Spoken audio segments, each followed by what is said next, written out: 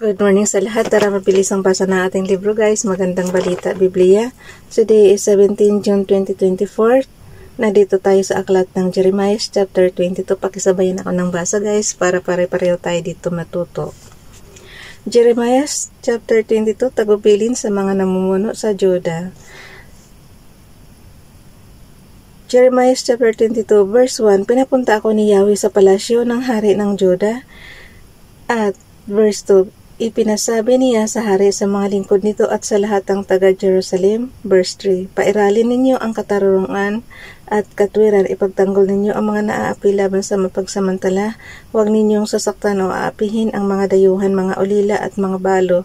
Huwag kayong papatay na mga taong walang kasalanan sa banal na lungsod na ito. Verse 4, kung susundin ninyo ang mga utos ko, mananatili ang paghahari ng angkan ni David at papasok silang nakasakay sa mga karwahe at mga kabayo kasama ang kanilang mga tauhan at nasasakupan. Verse 5, subalit kung hindi kayo makikinig sa sinasabi ko, isinusumpa ko na aking wawasakin ang palasyong ito. Verse 6, ganito ang sabi ni Yahweh tungkol sa palasyo ng hari ng Juda. Ang palasyong ito'y singganda ng lupain ng Gaylid at nakakatulad ng bundok ng Libanon. Ngunit isinusumpa ko na gagawin ko itong isang disyerto, isang lungsod na walang mananahan. Verse 7, magpapadala ako ng mga wawasak dito, may dalang palakol ang bawat isa at puputulin nila ang mga haliging sidar nito at ihahagis sa apoy. Verse 8, magtatanungan ang mga taong magdaraan dito mula sa iba't ibang bansa. Bakit ganyan ang ginawa ni Yahweh sa dakilang lungsod na ito? Verse 9, at ang isasagot sa kanila sapagkat hindi nila tinupad ang kasunduan nila ni Yahweh na kanilang Diyos, sa halip sumamba sila at naglingkod sa mga Diyos-Diyosan. Kaya guys, yan talaga number 1 na huwag kayong sumamba sa mga Diyos-Diyosan. Ang pahayag tungkol kay Salom. Verse 10, huwag ninyong iyakan ang isang taong patay o ikalungkot ang kanyang kamatayan, sa halip tangisan ninyo si Salom sapagkat siya ay dinalang bihag at hindi na magbabalik, hindi na niya makikita pa ang lupang kanyang sinilangan. Verse 11, ito ang pahayag ni Yahweh tungkol kay Salom na humalili sa kanyang amang si Josias bilang hari ng Juda. Umalis siya ng Juda at hindi na magbabalik. Verse 12, doon na siya mamamatay sa lugar na pinagdalhan sa kanya bilang bihag at hindi na niya makikita pang muli ang kanyang bayan. Ang pahayag tungkol kay Jehoiakim. Verse 13, kahabag-habag ang magiging wakas ng taong nagtatayo ng kanyang bahay sa pamamagitan ng pandaraya at naglalagay ng mga silid dito sa pamamagitan ng panlilinlang. Pinagtatrabaho niya ang kanyang kapwa ng walang kabayaran. Verse 14, sinasabi pa niya, magtatayo ako ng malaking bahay na may malalaking silid. Sa itaas lalagyan ko ito ng mga bintana, tablang cedar at mga dingding at pipinturahan ko ng kulay pula.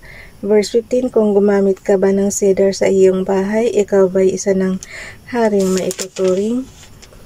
Alalahanin mo ang iyong ama, siya kumain at uminom, naging makatarungan siya at matuwid, kaya siya namuhay na tiwasay. Verse 16, tinulungan niya ang mga dukha at nangangailangan, kaya pinagpala siya lahat ng bagay. Pawis na ako.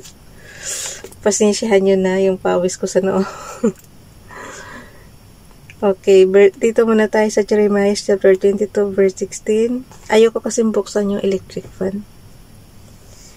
Verse 16, tinulungan niya ang mga dukha at nangangailangan, kaya pinagpala siya sa lahat ng bagay. Pinatunayan niyang ako'y kanyang nakikilala. Verse 17, subalit kayo, wala kayong iniisip kundi ang sariling kapakanan. Pumapatay kayo ng taong walang kasalanan at pinagmamalupitan ang mga tao. Ito ang sabi ni Yahweh. Verse 18, kaya ganito ang sabi ni Yahweh tungkol kay Jehoiakim, anak ni Haring Josias ng Juda, walang tatangi sa kanyang pagpanaw o magsasabing mahal kong kapatid o ang kapatid ko.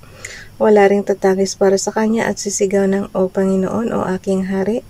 Verse 19, ililibing siyang tulad sa isang patay na asno, kakalad ka rin at ihahagis sa labas ng pinto ang bayan ng Jerusalem. Ang pahayag tungkol sa sasapitin ng Jerusalem. Verse 20, umakyat kayo sa Libanon at humiyaw, sumigaw kayo hanggang sa marinig sa Bashan ang inyong tinig, kayo'y manangis mula sa tuktok ng bundok ng Abarim, sapagkat nilipol ng lahat ang kapanalig ninyo. Verse 21, nagsalita ako sa inyo nung kayo'y masagana, subalit hindi kayo nakinig, ganyan na ang ugali ninyo mula pa sa inyong kabataan, kahit minsan ay hindi kayo sumunod sa akin. Jeremiah chapter 22 verse 22, tatangayin ng malakas na hangin ang inyong mga pinuno, mabibihag ang lahat ng nagmamahal sa inyo, wawasakin ang lungsod ninyo at kayo'y mapapahiya dahil sa inyong masasamang gawa.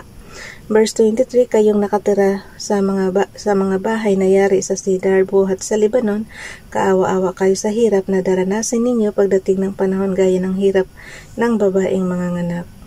Ang kahatulan ni Yahweh kay Jehoiakim. Jeremiah chapter 22 verse 24, sinabi ni Yahweh, kung ikaw man Conias, anak ni Haring Jehoiakim ng Juda, ay naging sing-sing na aking pantatak, huhugutin kita sa aking daliri. Verse 25, ibibigay kita sa kamay ng mga ibig pumatay sa iyo, sa mga taong iyong kinatatakutan, kay Haring Nebukadnezar ng Babylonia at sa kanyang mga sundalo. Verse 26, itatapon ko kayong mag-ina sa isang lupaing malayo sa lupang sinilangan mo, doon na kayo mamamatay. Verse 27, at hindi na kayo makakabalik sa sariling bayan na nais ninyong makitang muli. Jeremiah chapter 22 verse 28, ito bang si Conias ay tulad sa isang bangang itinakwil, basag at walang ibig umangkin? Bakit siya itinapon pati ang kanyang mga anak sa isang bansang wala silang nalalaman? Verse 29, o aking bayan, pakinggan ninyo ang mensahe ni Yahweh. Verse 30, ganito ang sinasabi niya, isulat mo tungkol sa lalaking. Jeremiah chapter 22 verse 30, guys, pakisabayan ako.